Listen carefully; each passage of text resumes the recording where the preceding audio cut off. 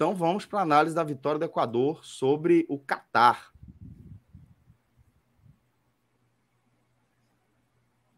Tem imagem? Ou é só isso mesmo? Ah, tá. Eita. Achei a vitória contundente do Equador. Contundente. E como eu estava dizendo ali no pré-jogo, né? Um pouquinho antes da Copa, a gente se permite uns pequenos delírios assim, como colocar uma seleção mais tradicional, mais rodada, de jogadores mais internacionalizados, né, acostumada a grandes jogos, né, como é a seleção do Equador, mesmo que sejam grandes jogos continentais, mas aí nem todo mundo é acostumado a Libertadores, todo mundo é acostumado a pegar Flamengo, a pegar Boca Juniors, todo mundo é acostumado a pegar Brasil, Argentina, boa parte da seleção na Europa, né, rodados. E assim, eu acho que foi uma boa tapa na cara da realidade, né? De que o Catar faz um trabalho bem feito, o Catar fez intercâmbio, Quebrou o Catar nosso jogou bolão, Copa Fred. Ouro. Quando O eu falo que Catar o jogou Catar Copa teve 12 América. anos, quando eu falo que o Catar teve 12 anos para se organizar, para fazer os 8 estados, a infraestrutura de transporte, enfim, para receber a Copa do Mundo, a 22ª Copa do Mundo, o Catar teve 12 anos para fazer um time. Assim, nunca ninguém teve tanto tempo. Tu vai receber a competição daqui a 12 anos. Um cara de 25 anos da seleção do Catar era um adolescente quando o Catar foi eleito país sede. Mas o dinheiro, meu irmão, não compra tudo, não, velho. Assim, o Catar, que até foi campeão da Copa da Ásia em 2019, fez a final com o Japão. Isso. E eu acho que aquele resultado foi um resultado expressivo. Foi o primeiro título da história do Catar. Foi o primeiro título da história do Catar num torneio antes da Copa do Mundo. Mas e o fato de ser sede, ele foi campeão como sede, não, ele ganhou nos Emirados Árabes. Mas aquele resultado e o fato de ser como sede da Copa acabou credenciando demais o Catar. E a gente está falando aqui depois de apenas um jogo da Copa. O Catar pode, obviamente, ainda se classificar para a fase de grupos, certo? E a gente dá uma zicada muito grande. Mas, para não ser também engenheiro de obra pronta, falar aqui. O dinheiro não compra tudo, meu irmão. Ganhou a Copa da Ásia, beleza. Mas esse futebol que o Catar apresentou na estreia é um dos maiores vexames de uma Copa do Mundo, na minha opinião. O país sede uma Copa do Mundo ser tão mequetrefe jogando bola assim. Fala isso, não. 2014 foi pior. Não, mas veja só. Sim, meu. Beleza. O negócio fala, levou 7-1, levou 7-1. Eu sei, beleza. É a pior derrota. 2 países levaram 7. A Suíça levou 7-5 da Áustria, se eu não me engano. O Brasil levou 7-1 na semifinal, numa situação absurda. Beleza, tal. Aquilo ali, o Brasil. Não, mas eu entendi a lógica. Então, eu sei que aquela piada vai virar sempre. Aquele resultado quebra qualquer coisa que você fala, aquele resultado. Mas o Brasil levou de 7. Beleza, então pronto. Já adiantando, o Brasil levou de 7, mas dentro do mundo normal, que aquilo ali aconteceu, mas aquilo ali é uma óbvia exceção. O que o Catar fez não é que a estatística de que nunca um país sede havia perdido. Beleza, nunca havia perdido e tal. E uma hora ia perder. A África do Sul ali fez 1-0 naquele México 2010, ele terminou 1-1 e tal, para ele ter perdido. A questão não é perder. O Catar não acertou uma bola na barra do Equador. Cássio, na Globo se falou muito em nervosismo. Tu acredita nessa... Não, veja só. Porque não jogou com o estádio cheio, aqui no isso, aquilo, veja só. Pode ser. Mas eu estou falando do que eu vi. Estou falando do jogo. O jogo aconteceu. O Catar, país sede da Copa do Mundo, não acertou uma bola na barra do Equador. Não, sendo um país que venceu a Copa da Ásia, sendo um país que teve 12 anos para montar esse time, que não faltou dinheiro, estrutura, não faltou absolutamente nada que fosse possível ao dinheiro comprar para você ter um time. Mas, obviamente, meu amigo, nem tudo no futebol, dentro do campo, fora do campo, mas dentro do campo nem sempre é assim. E eu estou falando isso, e posso dar uma zicada gigantesca, e o Catar venceu os 2 próximos jogos, e daqui a pouco levanta a Taça FIFA daqui a um mês. Beleza. Mas estou falando depois da estreia, que eu nunca tinha visto. Porra, bicho. País sede já vi. A própria África do Sul. Aí teve vários, aí quase todos. Coreia do Sul e Japão. Da Ásia, que é assim, com um nível técnico mais baixo. Aí os outros são mais fortes, os Estados Unidos também. Acho que a África do Sul é um bom exemplo, porque a África do Sul enfrentou bem. Não classificou, mas enfrentou os jogos.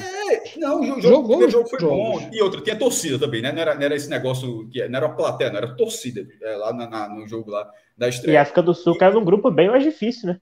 Bem mais difícil. Mas o Catar, Bem mais difícil. meu velho,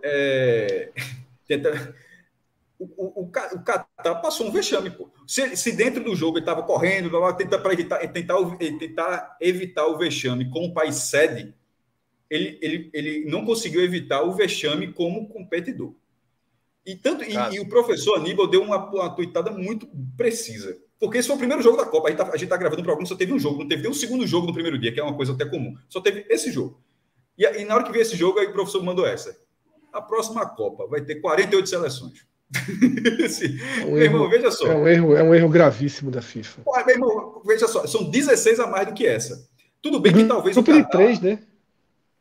Não, a fórmula não é tão ruim, não. A fórmula, o jogo já vira uma... A fórmula nem é tão ruim, mas o número de seleções, o Catar, se não fosse país 7, talvez não estivesse na Copa. Mas sim, talvez na próxima... Por mais que fosse 48, talvez o Catar não tivesse.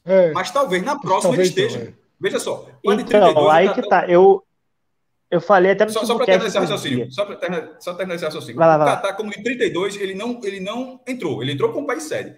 Mas na de 40 talvez entre. Ou seja, será que a partir da próxima Copa vai ser normal ver seleções desse nível? Porque mesmo digo uma coisa a você. Considerando um jogo, a Vera, considerando o peso do jogo, foi um negócio assim, foi constrangedor, porra. Constrangedor. Mas não é normal ter seleções desse nível, né? Tu acha normal ou é Não é normal. Tipo, mas a questão de acontecer é o seu país sede, pô. Mas a questão do país sede. É o que a gente falou, né? Tipo assim, o fato de ter uma Copa num local, teoricamente, é aquele local que vai ter uma seleção a ponto de mobilizar um país, né? E como o Cássio mencionou, era uma plateia, não era uma torcida ali na prática, né? E eu acho que isso ficou muito grave 20 minutos do primeiro tempo. Em 20 minutos de jogo, com bola rolando, era algo espantoso da péssima qualidade de jogo do Catar. Era tão espantoso que com 2 minutos, o rapaz e o goleiro tava chamando já muita atenção, né? Sai o gol, aí o gol é anulado e tudo mais. Aí depois sai a penalidade. Catando borboleta, todo errado, Celso, todo nervoso. Teve momentos que até taticamente você olhava, era 5 jogadores do Equador contra 3, contra 2, assim, sabe? No segundo tempo aconteceu momentos assim. Então era um time desorganizado taticamente, jogadores... No primeiro tempo, vocês uma bola, a última bola do primeiro tempo, a bola veio na cabeça do cara, o cara deu de nariz, sei lá, e a bola foi para fora. Então, assim... O mais me chamou a atenção nesse jogo foi o Equador ter feito só 2-0, pô. Pois é, né? E eu acho que até deixou escapar a possibilidade de ter uma boa margem, né? Pode pesar. Eu acho que perdeu a chance de classificação. Pois é. Mas, assim, eu acho que isso foi o que chamou a atenção. Em 20 minutos ficou muito assombroso a péssima qualidade de jogo do Catar. Agora, repito, jogou muito mal. Um segundo só para assim, jogou muito mal, mas não fez um ciclo horroroso, né? Pô, ganhou a Copa da Ásia, que não é a Copa mais fácil do mundo, né? Exato, mas veja só, mas também não é mais difícil. Assim, não, o campeão lógico, asiático, mas porra, o campeão asiático nunca chega tipo, para destruir na Copa. Mas é isso que eu tô falando. Mas para a realidade do Catar é algo relevante, sem dúvida. É algo que era inimaginável. É a maior coisa que o Catar já fez no futebol. É a maior coisa da história do Catar no futebol. Mas a Grécia ganhou a Eurocopa também, de vez em quando acontece, meu irmão. Assim, a Grécia ganhou a Eurocopa e não aconteceu nada. Nem tinha acontecido nada antes nem depois. Assim, de vez em quando a Arábia Saudita ganhou a Copa das Confederações, né? Que na época não era a Copa das Confederações, era o Farag, E depois tomou de 8, né? Foi 8-0, foi em 2002 para a Alemanha? 8-0, foi. 8-0, né? Pois é, então... Veja só, em 2007 o campeão da Copa da Ásia foi o Iraque. Assim, só para dizer que isso aqui não faz tanta diferença assim. O Irã foi tricampeão, a Arábia Saudita ganhou a última vez em 96, assim. Não é o cara que ganhou a Copa da Ásia, o cara muda tipo o campeonato chileno lá. Qualquer um pode ganhar. Dá uma zebrinha aqui, outra. Mas o campeão é o Japão, tetracampeão. Eu não sou dos críticos da Copa com 48 seleções. Eu só acho que a distribuição de vagas prejudica um pouco essa questão do nível técnico. Porque, e eu digo isso mais pela Ásia, porque a Ásia, nesse formato novo de 48, passaria de 4 seleções e meio, né, que é o que tem hoje, são 4 vagas diretas e uma para repescagem, para 9 vagas e meia. Acrescentariam 5, né? E aí, dentro disso, até acho que o Catar acabaria indo se fosse 48 hoje. E acho que o nível técnico da Ásia seria o que diminuiria mais.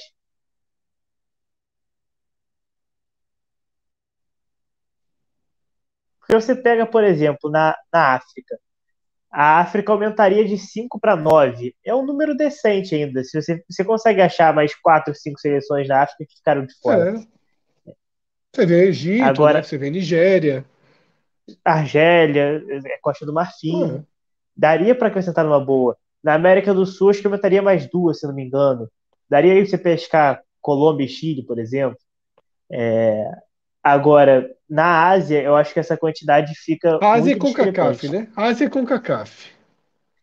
A CONCACAF sairia, se eu não me engano, de 3 diretas para 5 ou 6 diretas. Agora eu não lembro exatamente. É muito, né? Aí desce, é para Honduras, né? Aí vai para para Honduras, Jamaica, Panamá. Veja, seria uma tendência, essa atuação horrorosa do Catar pode abrir uma expectativa negativa para a Arábia Saudita, para Japão, para a Coreia e para o Irã? Olha, para o Irã, eu acredito que não. Mas para as outras seleções asiáticas, eu acho que sim. Eu acho que a Coreia do Sul talvez surpreenda muita gente, o baixo desempenho da Coreia do Sul. É uma seleção que apesar de ter feito um ciclo seguro né, nas eliminatórias, é uma seleção que apresentou um futebol muito ruim. O Paulo Bento, técnico português, passou aqui pelo Cruzeiro no Brasil, não faz um trabalho legal.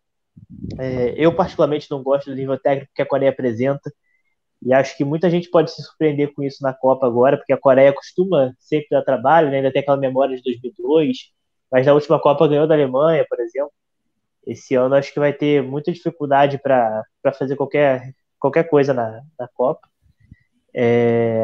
O Irã eu já acho uma seleção um pouco mais consolidada, apesar de ter uma troca de treinador muito em cima, né? O Carlos Queiroz voltou para a seleção do Irã, mas como ele já treinou a seleção em 2018 o Irã foi muito... Fez uma boa Copa, né? 2018 foi bem durinho o time, né? Na verdade é porque o Irã sempre foi uma seleção chata de acompanhar, né? 0-0, 1-0 é goleada para eles. Então nunca foi uma Exatamente. seleção... A própria Argentina, quando mas chega 2014, com... né? Foi com o gol do Messi no final, ali, já no apagar das luzes. Sim, vendeu caríssimo. E assim, chega com 2 atacantes em boa fase, o Asmun, que é do Bayer Leverkusen, apesar de não estar bem fisicamente, é um atacante que está em bom nível técnico, o Taremi também do Porto. Então, eu acredito que o Irã vai acabar tirando um pouco dessa impressão ruim da Ásia amanhã, mas eu acho que a Austrália também, que acaba representando a Ásia, vai deixar uma impressão tão ruim quanto o Catar. A Austrália vem numa fase muito ruim. As eliminatórias da Austrália foram assim, muito decepcionantes. Foi para a repescagem continental, jogou contra o Emirados Árabes Unidos e fez um jogo terrível. E quando foi para a repescagem intercontinental com o Peru, também fez uma partida muito ruim. Acredito que a Austrália e Coreia do Sul ampliem essa perspectiva ruim da Ásia. Eu tô achando que a Coreia, se eu fosse apostar, assim, acho que a Coreia talvez seja a asiática que possa dar mais, enfim, mais disputa, sabe assim? Acho que tem jogador, o Son, acho que é o principal nome asiático hoje do futebol asiático, né? Son é o principal sobre um coreano e ponto, né? Son qualquer... Pois é. Mas assim, eu ainda vejo a Coreia, até porque a Coreia, nas últimas Copas, conseguiu ainda fazer uma certa graça. Pô, fez o que fez, né? Em 2018, de eliminar a Alemanha, né? Então, assim, eu acho que a Coreia ainda consegue isso. O Japão curiosamente, conseguiu levar uma desclassificação em 2018 inacreditável, né? Ia ser o adversário do Brasil. O Brasil podia ser campeão do mundo. 2-0, acabou tomando uma virada inacreditável no final. Mas, assim... Mas caiu no grupo pesadíssimo, né? O Japão tá com a Alemanha e a Espanha. O Japão tem uma curiosidade... Mas, assim, Pacini, só rapidinho. É porque eu acho que o Catar não pode ser comparado com esses, entendeu? Eu acho que o Catar realmente é um degrau bem mais abaixo. Apesar de ter ganhado 2019 aí, a competição asiática, eu não acho que... Até mesmo por ser estreante, né? O Gabriel acabou de lembrar que o Panamá, pô, o Panamá no passado foi saldo de gols também, pô. O Panamá era saldo de gols na Copa, então era um estreante e tudo mais. Então acho que entra um pouco... Eu concordo com essa frase do pouco do nervosismo e o fato de ser realmente uma seleção que não traz muito peso, né? As asiáticas geralmente... Pô, antigamente o Japão também era um saco de pancadas, a própria Coreia também era. Então os asiáticos nunca foram muito conhecidos por ser, pelo menos, seleções que dessem tanto trabalho. Quando você tropeçava era praticamente um vexame. Mas eu acho que se fosse apostar, para mim seria a Coreia a seleção que pode dar mais trabalho. Tem um ponto interessante do Japão, que eu estava falando, e aí é o momento para Caio Corte, se estiver assistindo aí, já gravar esse momento. Eu acho que o Japão tem a tendência de fazer um jogo muito disputado contra a Espanha, porque o Japão sabe se portar muito bem quando ele tem que jogar da forma reativa, né, jogar sendo atacado, e a Espanha tem muita dificuldade de lidar com isso. Você pode esperar, por exemplo, na Espanha e Costa Rica, que vai ser o primeiro jogo da Espanha, um jogo onde a Espanha deve ter aí uns 80% de posse de bola, ficar rodando a bola na entrada da área da Costa Rica o tempo todo, e com dificuldade de fazer o gol. Só que o Japão ele tem um poder de se defender e até de contra-atacar muito melhor que a Costa Rica. Então, é capaz do Japão conseguir complicar esse jogo para a Espanha até arrancar um empate aí.